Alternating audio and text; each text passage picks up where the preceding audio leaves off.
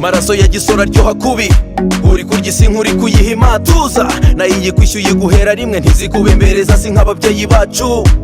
Uracyaryoshye mu kageto k'ibihumbi ijana wenda nandarengaho adonke, niho ufotorera abakobwa izo foto zabo ubitse nanjye mbitse iyo uzashaka. Urasiganwa n'ikirere nk'umusazi umaze gukura ariko ntushaka kwemera, niga uracyashaka kurya abana muri photoshoot z'aka free zone. Musore wanjye menya Kigali inaha barya amafaranga ntibahinga, naho ibyo kuba umutsaperi bisigira urubyiruko dore washeshe akanguhe. Wageze i Kigali nibyo warasirimutse, uracya mu gitondo umenya WhatsApp, ejo bundi uba admin umutwe urabyimba wumva ufashe igihugu.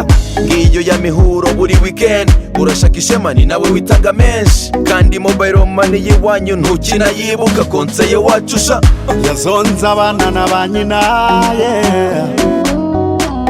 dore yigize ruha rwaho.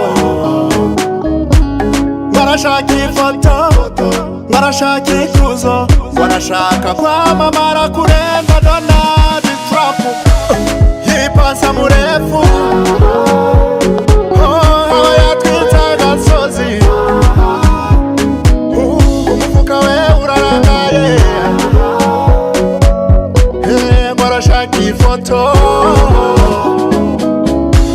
Babahungu budutisi bazi ko bafashe Kigali, bazi kureshya inkumi nibyo mubaseke ntacyo mupfana sha. Wowe unywera ikigare da naho we anywara uko agaragiwe, niga ushaka kurya ifaranga ryezana n'abakobwa arakana kredi. Nabazi mwe tumaranye imyaka myinshi mutura ikibazo cy'inoti imwe, akumvisha uburyo ntakomeze ujye mu kabari utungurwe yishyuye. He bamwe bihakanye naho bakomoka, abandi biyita kavukire, ni nka wa muhungu w'ikarangazi.